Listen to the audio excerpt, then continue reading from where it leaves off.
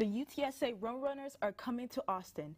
The NFL Week 2 kicks off last night, and we got bloopers and trending tweets from this week. You don't want to miss it on the 1-0 Sports Show. Texas finally 1-0, finally riding for the brand. I was watching the A&M LSU game with my father. He's an Aggie. And nothing brought me more joy. To throw the touchdown, he was like, oh no! You heard it here first from Hunter. Book your plane tickets to Omaha today. It's on a Saturday night. What y'all doing on Saturday night? Just come to the game. Athletes come out and support the Longhorns. TCU doesn't have a shot against Texas in this game.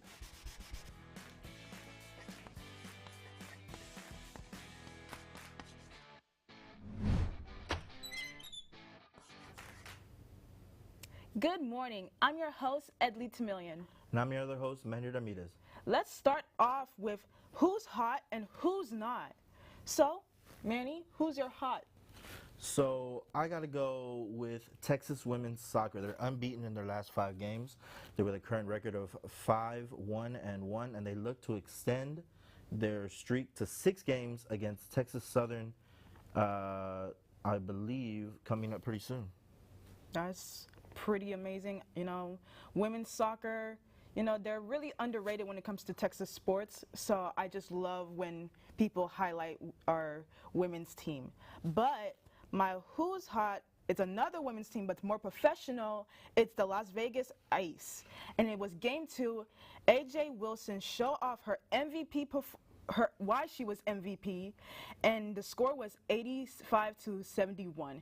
And it was on Sunday, which was the most viewed game, had more views than NFL Sunday. So that's pretty interesting, and it just highlights that people are watching women's sports more. And so, you know, women's sports are very important. It's been very important for women, and seeing that not only little girls are watching, but seeing that boys and fathers are taking their daughters to watch games like this is really important. So I like how our who's hot are women's teams. So yeah, I like show some love. Yeah, show some love to women. So let's start with the who's not. And Manny, do you want to show who's your not this week? I will go with who's not first. NFL kickers. NFL kickers. There were 15 missed kicks between the 14 games that were played on Sunday. How do you miss a kick? That is your whole career. Yikes. Listen, all right, I get it. You know, if you're kicking a 64-yard field goal, that's not the easiest. But a couple 30-yarders, 40-yarders, I mean, come on. Let's win the game. Let's cash the check. My goodness. I got that. That's who's not for me is NFL cookers. Well, yeah, they only have one job to do. So kick your kicks. Unless it's 65. Not everybody can do a 65. Unless you're Justin Tucker. Facts. But my who's not is a team that people every year expects them to be more than just a playoff team, and it's the Dallas Cowboys. 1 field goal a game, 19-3, and your quarterback falls down with a thumb injury. He won't be back until probably week 9, 10.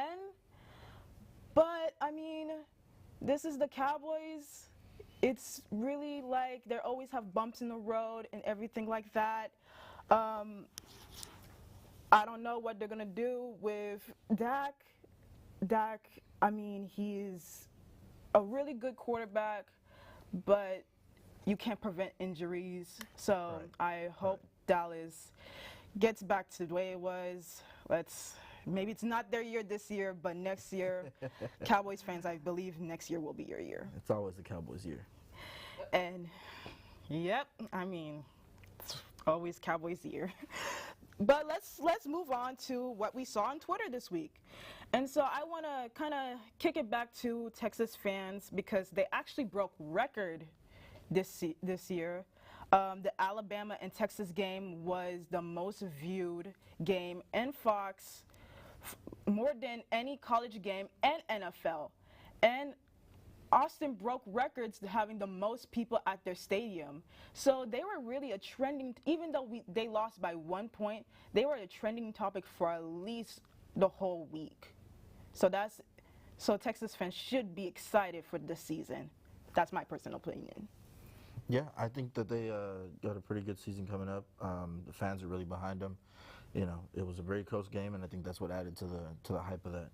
You know, I'm gonna go with the best thing that I saw on Twitter this week, and that's actually Coach Popovich visiting his once assistant Becky Hammond as the Las Vegas Aces went up 2-0 in the finals. Went in there, really gave them some encouraging words. The hug that they shared together was just heartwarming, and it was real sweet. And it's great to see that one of the best coaches ever to coach basketball is extending that support over to the other side with the WNBA. So it's really something exciting to see as the game progresses. And I really like what she said, I think it was either this week, people never give me credit. Yeah. So I'm pretty used to that.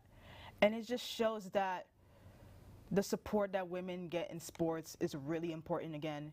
And I love Becky, and she's just an inspiration for all women in sports. So I think that's a pretty cool trending topic. Absolutely.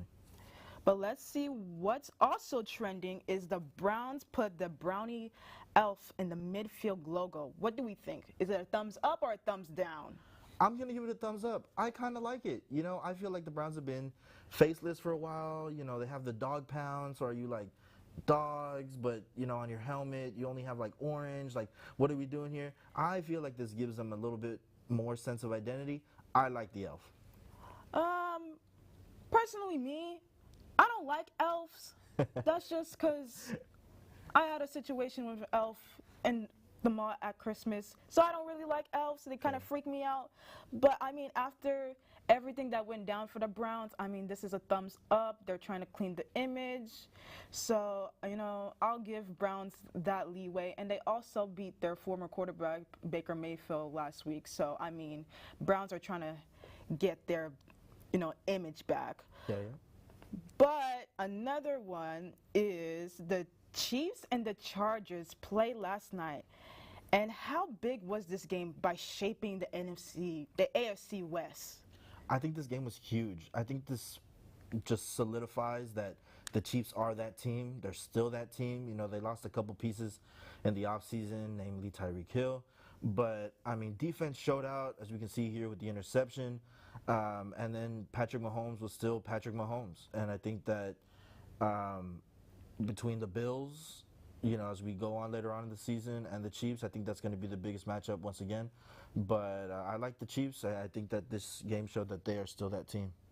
I like the Chiefs also, but I'm going to give Chargers a little credit. I'm going to give Justin Herbert credit going out there with that rib. You can see the pain in his, and you know it's the rib.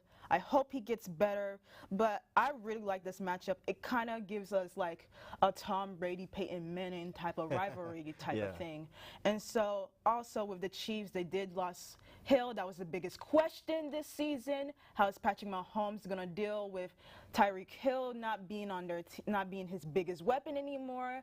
And even Tyreek, like, he showed support on Twitter, which was shocking, but because during the off season, you know, it was kind of like Tua's better than, you know, a little competition between Patrick and Tua. So I think Tyreek still supports the Chiefs, even though the Chiefs he's not on the Chiefs anymore, but the Chiefs are still the Chiefs. People still need to be afraid of them. Yep. But the Chargers is somebody to be afraid of when healthy. Yeah, I completely agree with you. I think, you know, like you said, Tyreek Hill said, I think he tweeted, good ball 15, which it was a great ball over the top.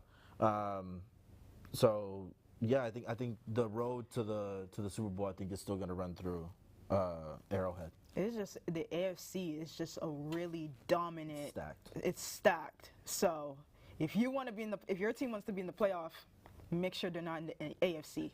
So, but next we'll have Ethan to judge our blogs, our videos for B Blog. So we'll be right back. It's so nasty.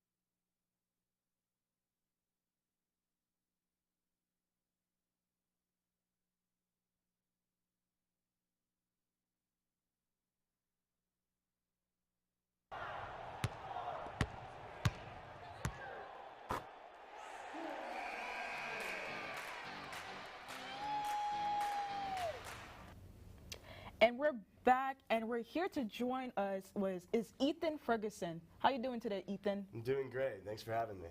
So this segment is called Versus. So we're going to show you plays, best plays, not so best plays, and then you'll be the judge of that.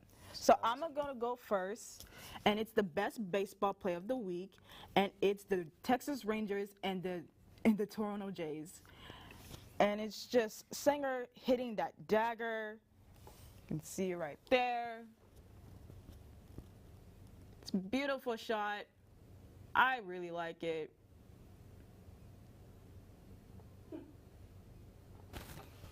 Very clean, and they won that game. And so, Manny, what is your best baseball play? Yeah, so you know what? I'm going to go Yankees and Red Sox. I got a diving stop and the throw out at first by Isaiah Kinner Falefa and the bottom of the first inning. Great stop, dives, and is able to pop right back up and make the throw. Shout out to the first baseman, stretching all the way out. That's my top baseball player of the week. Well, if I had to pick one of these to decide which was better, I would have to go with the Yankees and the Red Sox. You know, that's just an athletic baseball play. His ability to pop back up, you know, that's just impressive. And, you know, nothing against the Rangers.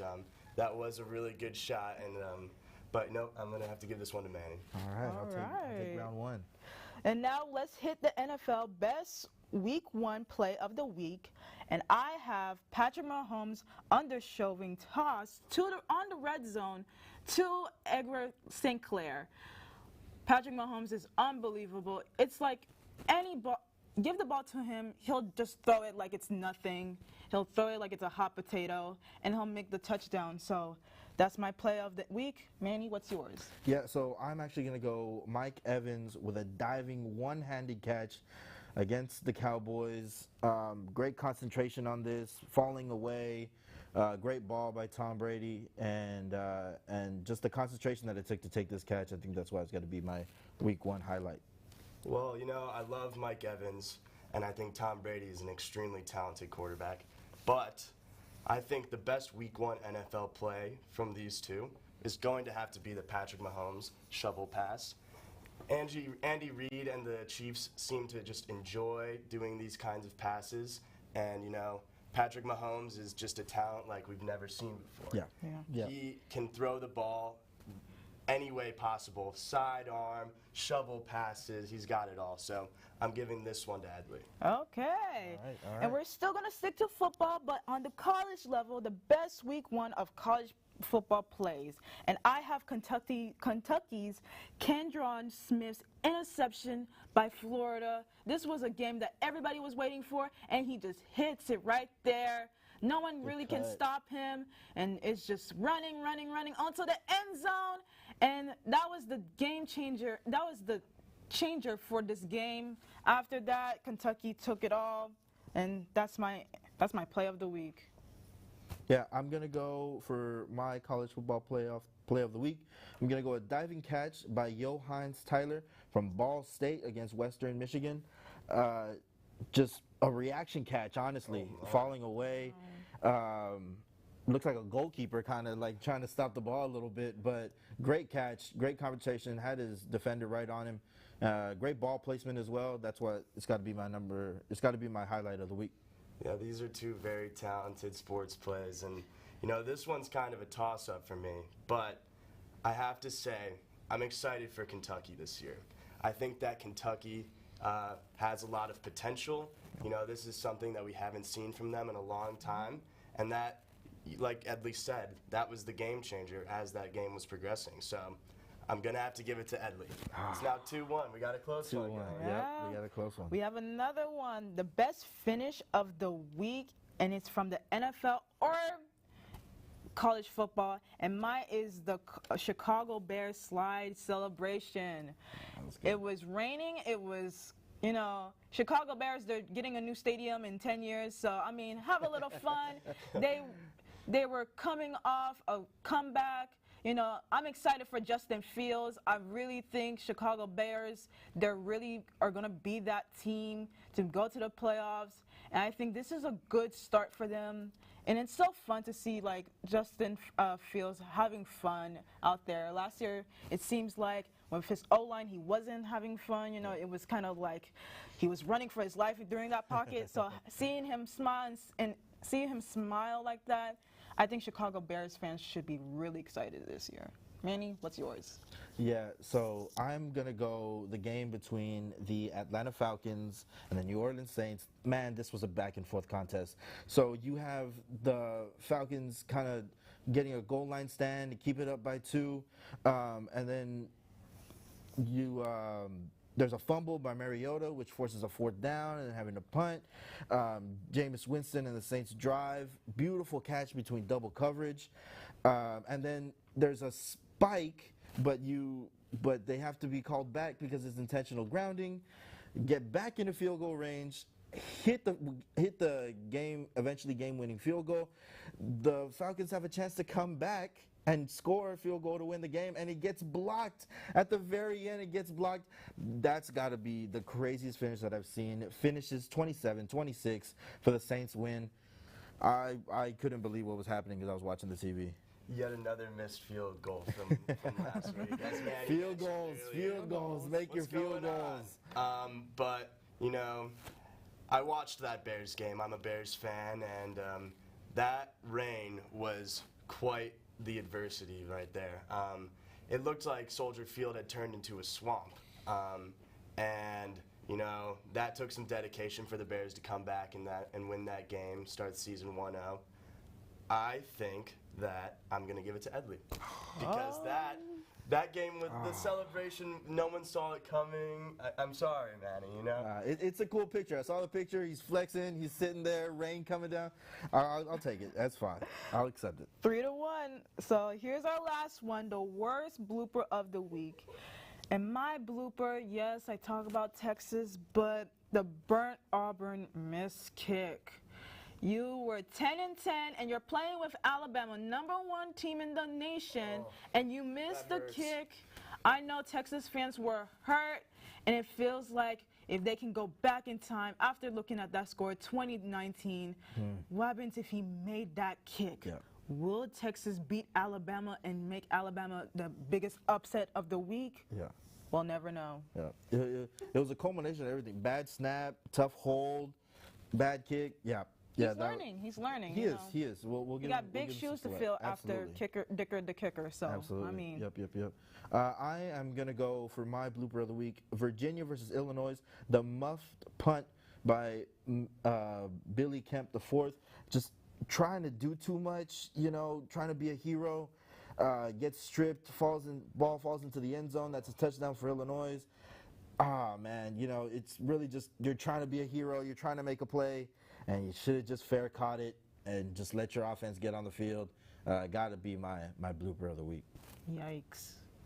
So Ethan, who's your blooper of the week? Well, I love seeing Illinois doing well. But I'm not exactly sure what he was thinking there. That was a little bit confusing to me. But, you know, that Burt Auburn missed kick, that will sting for quite some time. That one hurt. And I think that I'm going to give it to Edly. 4-1? I'm sorry, but, you know, that kick really was the deciding factor for the Alabama-Texas game. And, you know, history could have been made and just 20 yards away. Yep. And when we come back, wait, I won. So when we come back, more NFL. It's week 1 overreaction, buy or sell. You don't want to miss it when we come back.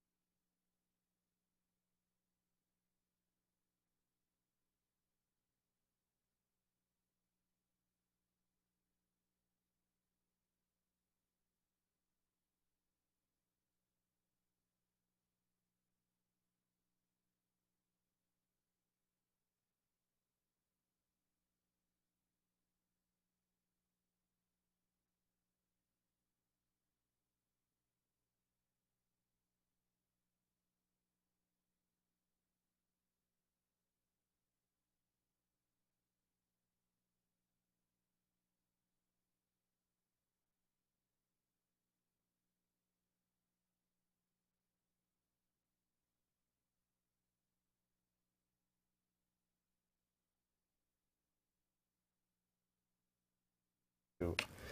Justin Fields is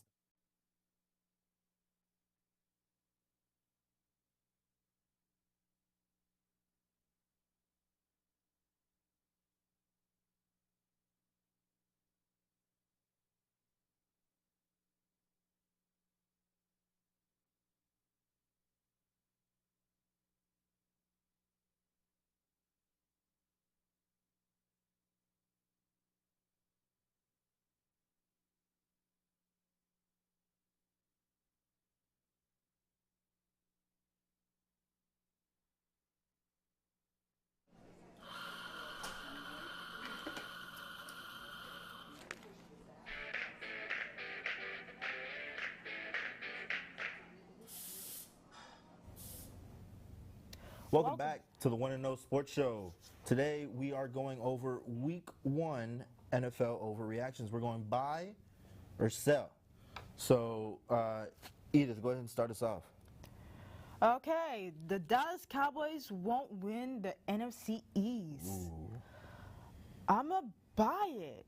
The Eagles look legit. Jalen Hurts has the most weapons, I believe. He has the best weapons in the NFL, I believe. They added A.J. Brown.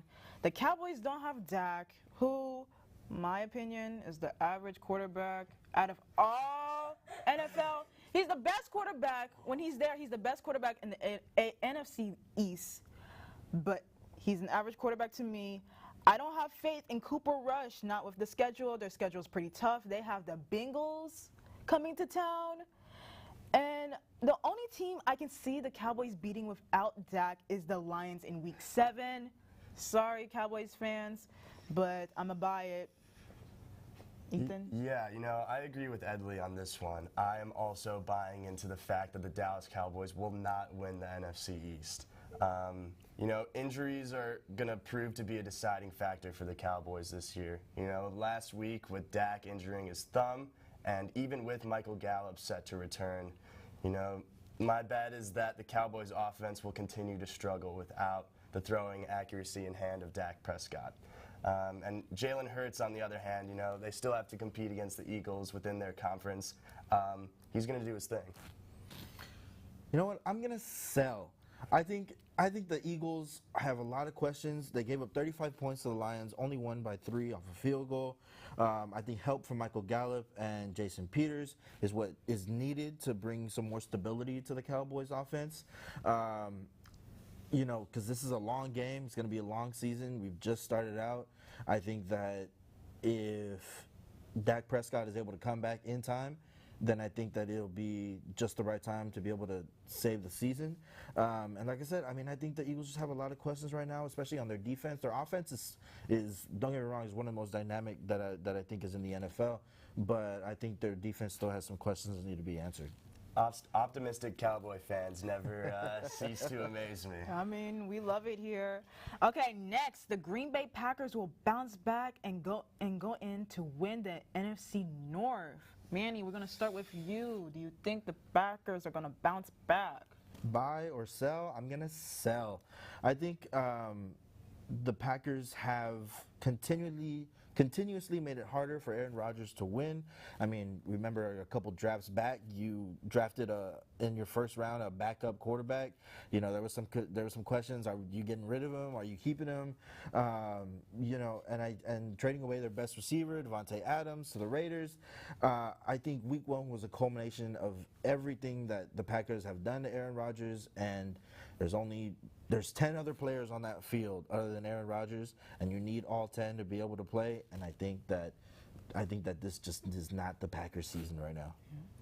Yeah, I feel like this one's kind of a no-brainer. I'm selling this one. I don't think that the Green Bay Packers are going to bounce back. I think Week 1 against the Vikings kind of showed us all that we needed to see. That drop in the first quarter from Christian Watson appeared to be kind of a foreshadowing of their season, in my opinion. Their inability to stop Justin Jefferson on defense and constant sacks on Rodgers. The morale of the Packers Week 1 was just off. Low. Yeah, and Rodgers is clearly struggling in the position that he's in. I think I have the Vikings winning the NFC North, but I'll never lose faith in the Bears. Okay, I'm gonna sell like everyone else. I just think because Aaron Rodgers, I think he's past his prime. It's been years back to back going into the championship and not making the Super Bowl. When you have all those opportunities to not make it to the Super Bowl after all these years, I think you're past your prime. There's a lot of young bucks coming in and losing your wide receiver, going to the Raiders. I think the Cheeseheads have to be ready to be a rebuild. I think Rodgers, this year or next year is going to be his last dance. And I know a lot of quarterbacks want to have this longevity like Tom Brady, but not everyone can. So I'm a sell. Julian Love's just waiting for his chance. Yeah, he's sitting, he's waiting. Yep. The Denver Broncos will miss the playoffs. And I'm going to buy this one. I think they're overrated. I love Wilson, but he's out of his prime.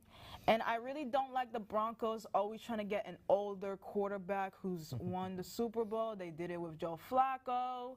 They're doing it with Russell Wilson. And you have to think with the Peyton Manning era, the NFC West, the AFC West was a really weak division.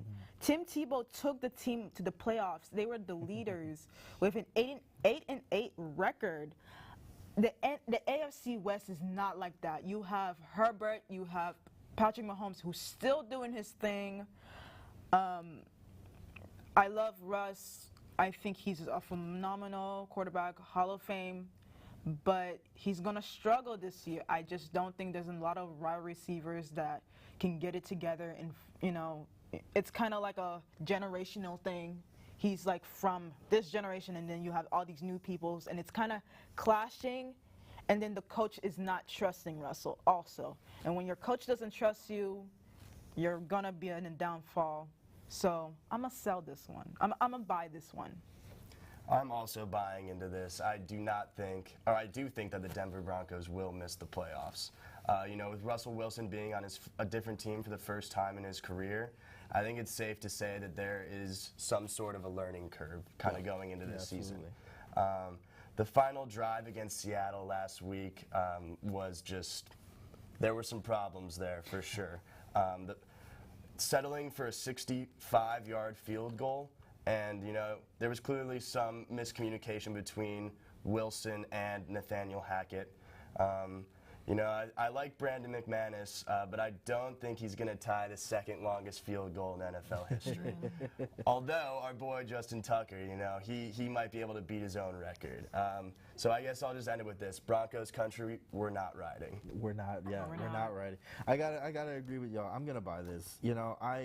I loved watching Russ work in Seattle, but I think he's wasted his prime running from defenses at his time in Seattle, trying to move around the pocket. And now, as the Broncos, you're expecting him to take you to this next level. I don't think it happens. There's big hitters in the AFC West, like we said, the Chargers and the Chiefs, who are, powerhouses right now. There was definitely some miscommunication and some just bad game management. One thing that everybody was watching was in the alternate broadcast with Peyton Manning and all his guests. Peyton Manning called timeout like 50 times before the Broncos called timeout once. I think it's got to be it's got to come together. But I don't see just how we were saying earlier how stacked the AFC is. I don't think that the Broncos make the playoffs. Sadly. And our last buy and sell is the Buffalo Bills will win the Super Bowl. Manny, go first. I'm gonna sell, and it's nothing with the team. I think that the Bills are one of the most talented teams in the NFL, and if you told me I had to put my money on somebody, I would put it on the Bills. But I think the NFL is just way too predictable. In the sense of injuries and just, as the saying says, on any given Sunday, somebody could knock you off your high horse. And I think that, you still have somebody who goes by the name of Tom Brady in the league, and you can never count out the GOAT. So there's a few people you do not bet against, and Tom Brady is one of them. So I gotta go just with Sell, I think it's too unpredictable right now to say that they win it. Well, obviously there's still a long season left ahead of us, but I am going to buy into this one. I think that the Bills have proven over the years that they belong to be in this conversation. You know, Josh Allen is clearly a danger to any defense that he faces, and the Los Angeles Rams, defending championship, they lost by a landslide week 1. The Bills looked like they absolutely owned the game. And, you know, I think that adding Von Miller to their defense definitely improves the team, for lack of a better word. Bills Mafia has waited long enough for this. You know, they've never won a Super Bowl in their franchise's history, and I think this could be the year. No, they're thirsting for a win. They've been to the Super Bowl before, but they're thirsting for a win. And I'm going to buy. Josh Allen went toe-to-toe with Patrick Mahomes. Even though they didn't win, that overtime was insane. So Josh Allen has proved that he can be that guy. And the addition to Von Miller helps their defense. I think the Bills can make it to the Super Bowl and win it. Next up, we have our pick'ems for the top 4 and college football rankings. Manny, do you want to go first? Yeah. So I am going to go number 1, Georgia. I think they are still the team to beat right now, coming off a national championship win. Number 2, I'm going to go Alabama. They had that scare in Texas. I think Nick Saban is going to get them on the right track. I think he is going to really just be the coaching guru that he is, and lead them to a really good season. Number 3, I'm going to go Ohio State. Ohio State's running really well right now. They're fighting hard, and they've played some really good football in these past couple weeks. And then I'm going to go for Michigan. Michigan, once again, coming off a really good season last season. You lost a couple players, i.e. mainly Aiden Hutchinson on your defense. But I think that it's not a rebuild, it's a reload, you know, and I think they're ready to make that push for another great season. So I got to give number 4, Michigan. Okay. Well, my top 4 is similar to Manny's. I have the NFL team known as the Georgia Bulldogs as number 1. Number 2, I have Ohio State. You know, I think C.J. Stroud's a real good talent still. I think that this Ohio State team poses a really big threat in the Big Ten, and I think that their future is really, really bright. At 3, I have Alabama. You know, being in the SEC, having to play in these big games, large crowds, loud crowds, it clearly seemed to shake up Alabama's team last week at Texas, and I think that's going to be a fault for them moving forward. At 4, I have Michigan. You know, I think that this Ohio State-Michigan rivalry is going to be brought even more to light this year. I think that Michigan has a lot of depth at the quarterback position. I think that they are a talented squad all around, so I have Michigan at 4. Okay. Mine's kind of similar, but I have a little curveball in it. So number 1 is Georgia, and I just love Georgia. I think, yes, even though they lost a lot of people from the defense due to the NFL, Georgia is still strong in my opinion, so they're number 1. Alabama's number 2. Last week I had them in my number 1, but after that scare from Texas, just leaving Austin in a 1-point game, yeah, Alabama, you know, they have to go back to the drawing board. Michigan, I like Jim Harbaugh. I hope he gets it together with the quarterback situation. Michigan looks like a powerhouse. I really like how Michigan has been doing the past 3 years. And I have a curveball. I have USC. For some odd reason, I believe USC can be top 4. I think they can shock the world. And they have to, kind of, because everything's riding on them. They bring in almost the top 2 guys from Oklahoma. They got Williams. They got their coach, Lincoln Riley. And so it might be a long shot, but USC can, you know, win some games here and there and be number 4. You know, anything can happen in college football. I don't like to be the top 4, very generic. I'm going to throw like a little curveball. I think USC can be top 4, and we'll never know. But I want to thank Ethan for coming on. Appreciate and you, man. we Thank you so appreciate much. you. Thanks But for coming having up next, we have guest Luke Lawhorn from UTSA coming in to talk to us. You don't want to miss it.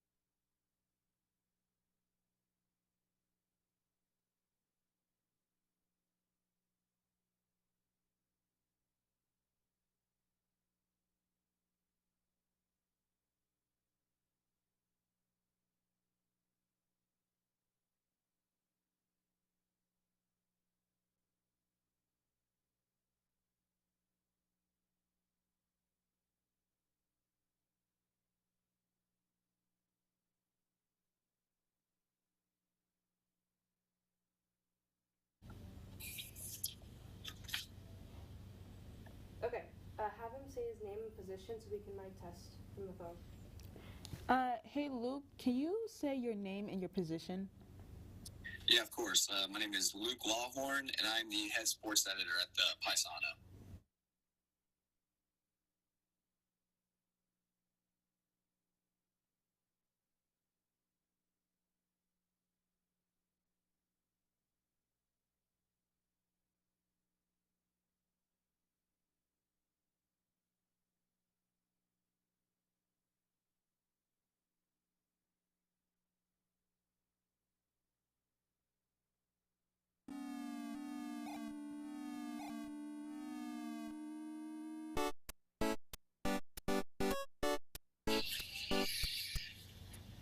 And welcome back to the One and No Sports Show.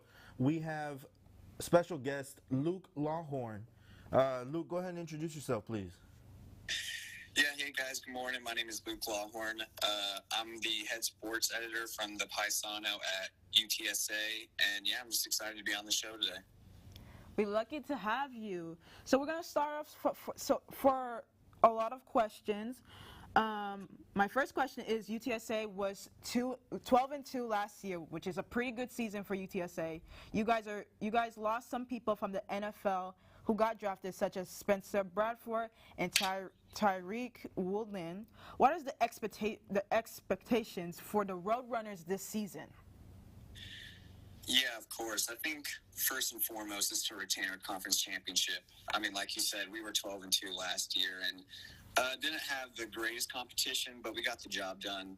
And of course, went on to the bowl game and lost. So I think the two biggest expectations is to not only retain the conference championship, but also win our first bowl game. So far, we've gone to three.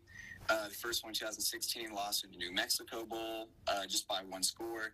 2020, the First Responder Bowl, lost to the Raging Cajuns, 31-24. So another one touchdown game. And then last year, the Frisco Bowl, lost to San Diego State by a couple scores. So I think we want to win that first bowl game, especially under Jeff Traylor, who in these 3 seasons has just gotten better and better. So definitely we want to go back to the Alamo Dome and play whoever our competition is to win this conference championship, and then whoever we play in December for a good bowl game. Yeah, that's great. You know, so big time matchup of the UTs, I guess we want to say, coming up this week.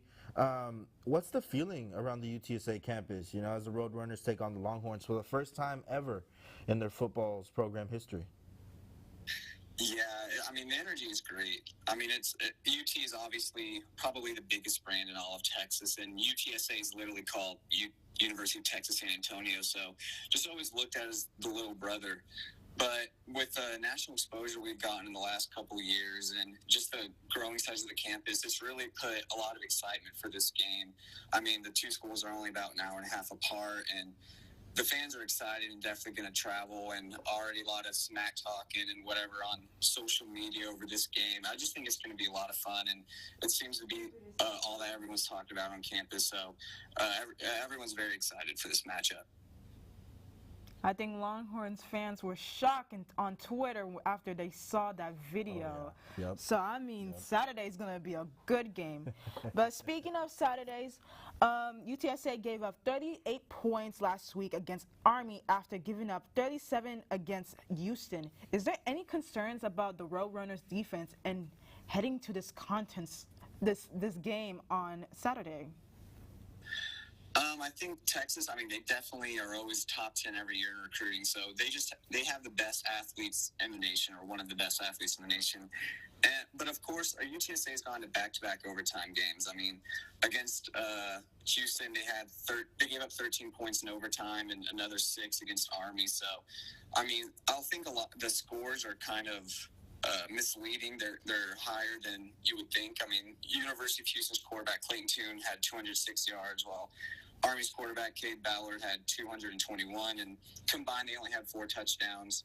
I do think that UTSA has to close the game better. I mean, against Houston, they were clearly a more dominant team, but just gave up the lead at the end. And against Army, they just started very sluggish, giving up early scores. So I think they just need to play complete and not let the first quarter and the end of the fourth quarter get out of hand. So, yeah, they definitely need to hold their own and keep Bijan Robinson and the Texas rushing to a minimum. But I don't think it's as bad as numbers may say. Okay. And speaking of players, you have a familiar player who's familiar with Steve Sarkisian's defense in Tyron Smith, who transferred from Arkansas this offseason. The last time he played Texas, he had a touchdown and 75 yards together. How would the Roadrunner use him in the offense, and what does Coach Stark needs to do to stop him? Yeah, definitely. Coming into this game, UTSA has been very pass heavy. I mean, Frank Harris had over 300 yards, and our receivers have gone back-to-back games over 100. So I think Texas is definitely going to secure the passing game. So I think that opens up room for not only Termilien Smith, but Brendan Brady, who combined those two guys had 3 touchdowns last week. And, of course, can help block because Texas front is going to try to get after Frank Harris, who is a dual-threat quarterback, and also get open for, like, a little swing pass when Frank Harris needs to dump it off. So I think that's definitely – they're going to be utilized more than they have in the past couple weeks. And, yeah, they're going to be key factors to this game. Okay. All right. Yeah, you know, Luke, we asked about Smith. What other UTSA players should Texas fans keep an eye on this weekend? Yeah, definitely. I just kind of hinted at it. I mean, this receiving core is really awesome right now. It's kind of a 3-headed monster with Joshua Cephas, Sakari Franklin, and Decorian Clark, who Cephas and Franklin have had, like I said, back-to-back 100-yard games. And Clark is a red zone threat. I mean, he's only had 70 yards in the first game against Houston and 90 yards last week, but he's had 3 total touchdowns when he's in the red zone. So I think that 3-headed monster, along with, like we just said, the running backs, Texas is just going to have to contain, because right now, Frank Harris, 9th in the nation for passing yards and number 1 in total offense right now. I mean, coming off 337 passing yards in week 1 and 359 last week. I mean, it's just an offensive skill set right now with all these skill players. They're just going to have to contain these receivers, because they're definitely leading the nation right now in dominance. Okay. Hope Coach Stark is taking notes right now. But what is the key for this victory for UTSA, and what is the key for victory for Texas? Yeah, I think Texas just can't let UTSA come out early with the lead and kill the momentum that the crowd's going to bring. So I think first, the runners need to protect Frank Harris. Like I said, he's a dual threat quarterback, and all these yards stacking up the first couple of weeks. Got to make sure he doesn't get any more 50, 60-yard rushing. I also think UTSA needs to make Hudson Card not just game manage. That's kind of what he did last week against Alabama. They need to get him on the move and dare him to make throws that we're not sure that he can make. So make him make the big plays and also contain the run and limit the penalties. So far, UTSA had 10 penalties last week, which Bama also had 10 against Texas, and obviously look how close they came to blowing that game. So they just got to make sure they limit their penalties and contain Bijan Robinson, who is at least a top 3 running back in the nation. Yeah, absolutely.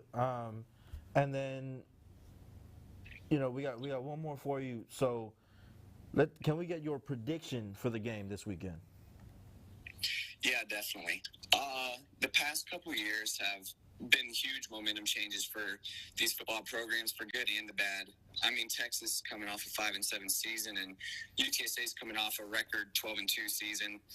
And I do think Texas does have better players, and they are the more historic program. However, I'm just very confident in our fifth-year senior Frank Harris. I mean, this is the poise he has late in games, and UTSA always seems to find themselves in an overtime or one-possession game that Frank always just leads us out of. So I'm going with UTSA to go into Austin to pull off the upset, winning 31-27. 31-27. Wow. Okay. Well, you know what? You love a fan that's confident in their team, right? Yeah, I mean, we're confident, and I like how it's a tight game. It might be a tight game. I mean, the fans are already fueling this game up, so we'll see. But thank you so much, Luke, for coming on. And when we come back, we'll have Ceci Rodriguez for our final segment, the Pickums. You don't want to miss out.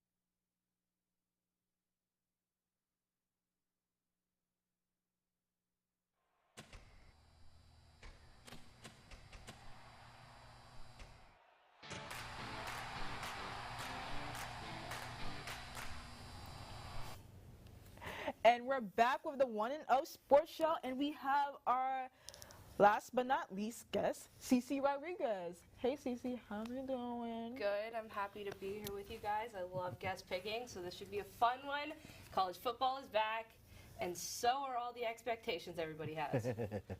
So let's start with our first game. Number 6, Oklahoma at Nebraska. It's at 11 o'clock on Fox. Who do you guys have?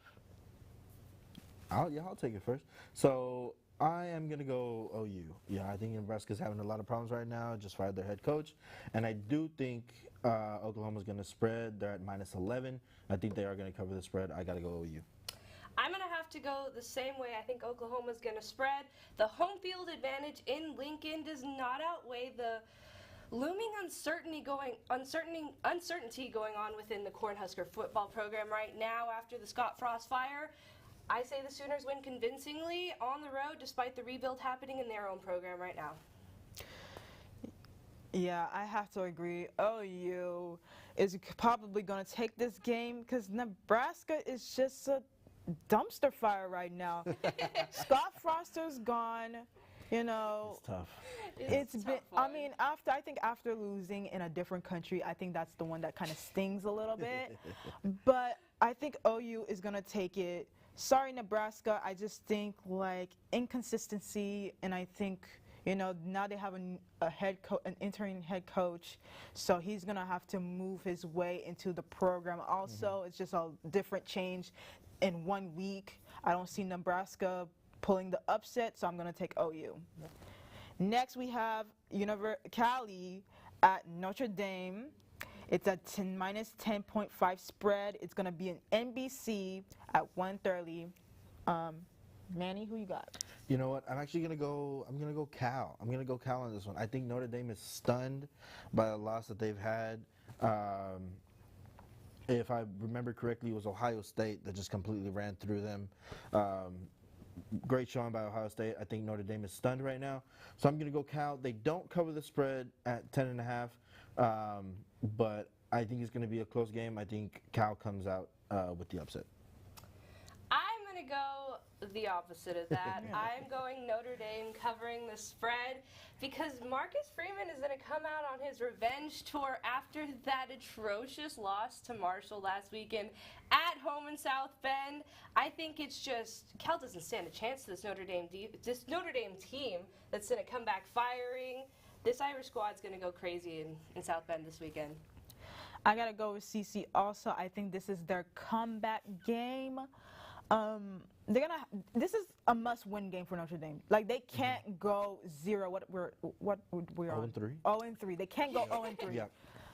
This is a must-win, and this is for the coach's reputation. This is for everybody's reputation. So, I take Notre Dame. It's a must-win for them.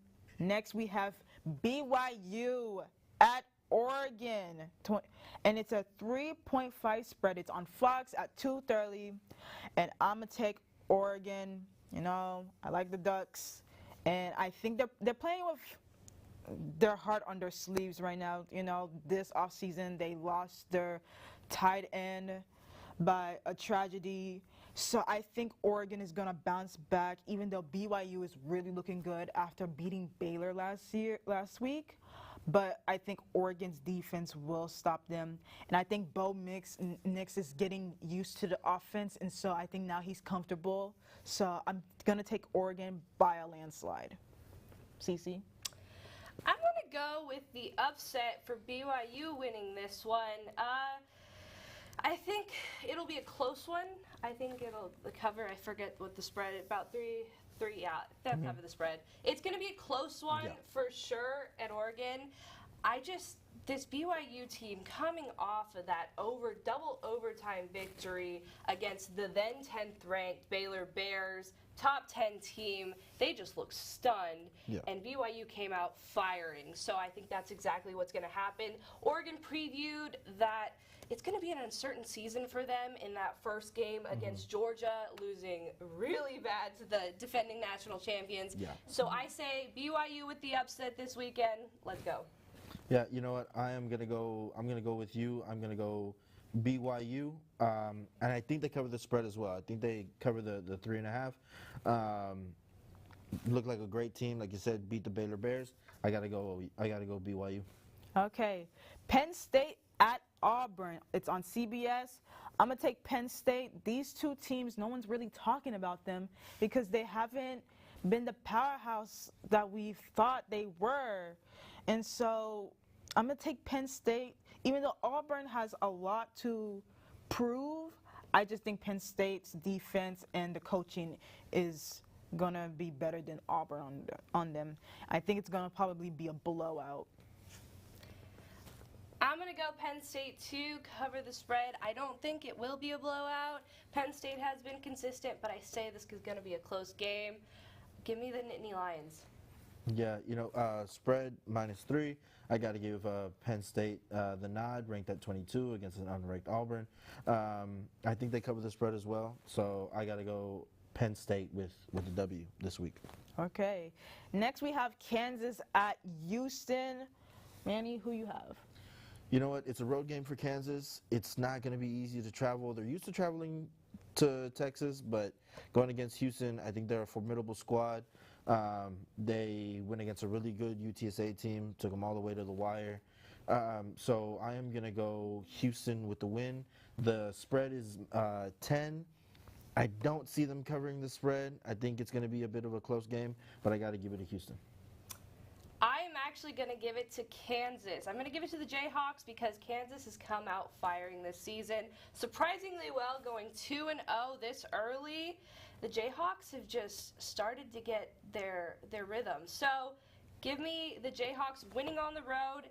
I don't think it's going to be a blowout. It will be a close game. Houston will come out competing and being competitive during that game. Just give me the Jayhawks winning this one on the road for the upset. I'm going to take Kansas also. I think Kansas looks really, really good. We'll see once they get into their conference games, but right now Kansas looks really good, and I think it's going to be a tight game. It might be an overtime game. I see that happening, so I think all three of us take Kansas. Next, we have Mississippi State at LSU.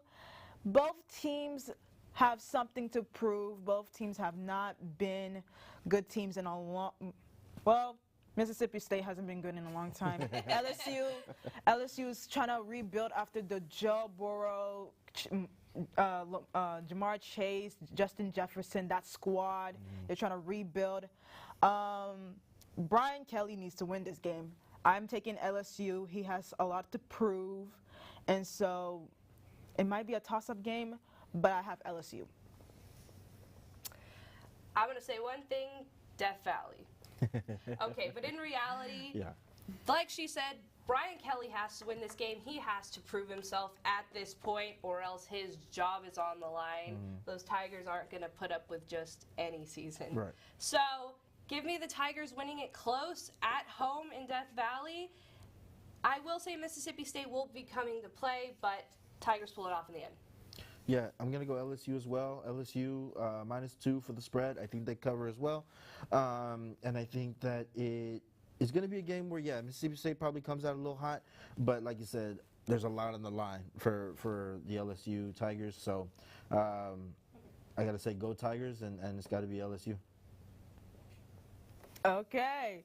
Well, then we have Texas Tech at North Carolina. I'm taking North Carolina. I just think Texas Tech is the weakest team out of the two. So give me North Carolina State. I am going to go with North Carolina State. Give me the Wolfpack. Tech is going to have trouble on the road. They had trouble beating a mediocre Houston team last weekend.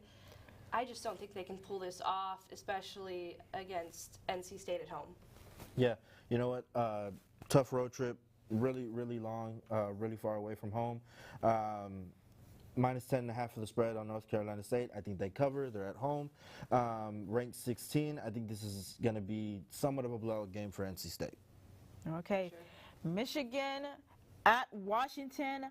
I got Michigan State. Just because they're just that dominant team, I think Michigan State is trying to be that team again, trying to get to the number 5, number 6 ranking. I know they're number 11. So give me Michigan State.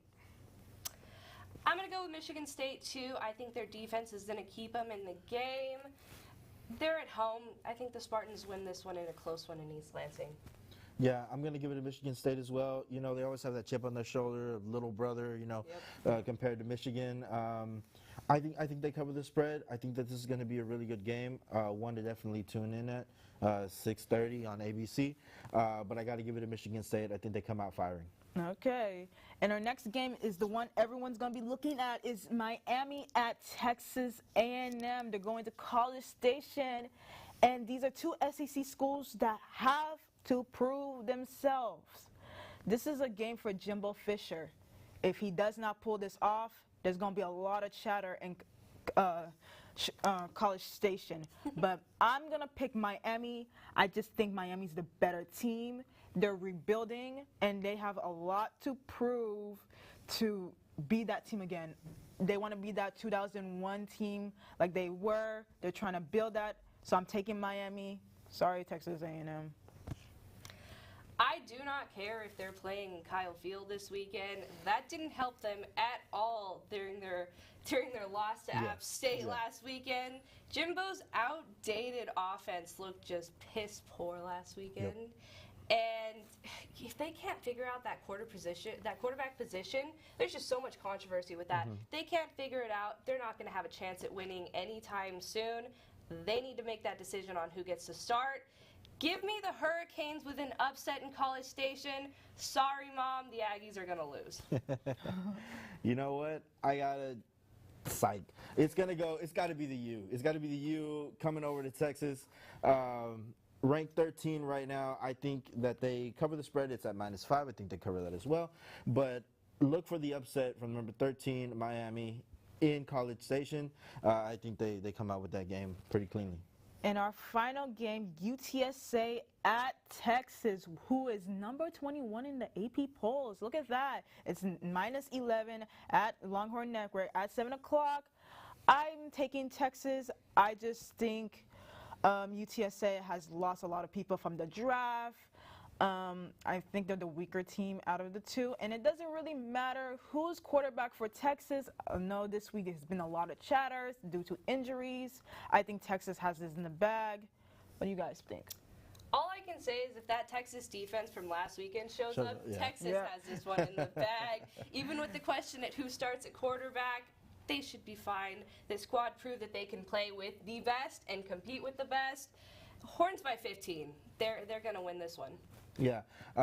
You know what? I got the Horns as well. I think that the game plan should be, let's go Bijan left, and then Bijan right, and then Bijan up the middle, and then just kind of like mix in like those three plays. But yeah, I got to give it to Texas. The spread's at -11. I think they cover.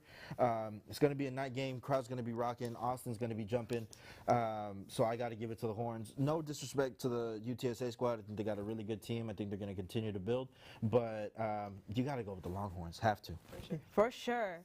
And that would do it for us. That is it this morning. Be sure to tune in next week at 10 o'clock. Be sure to check out our sister shows, College Press Box on Mondays at 9 o'clock, and College Crossfire, hosted by our lovely Tommy Yarish, on Wednesday nights at 9.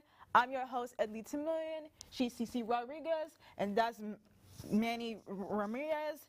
And have a good, lovely day. Happy 50th, Dad. We good?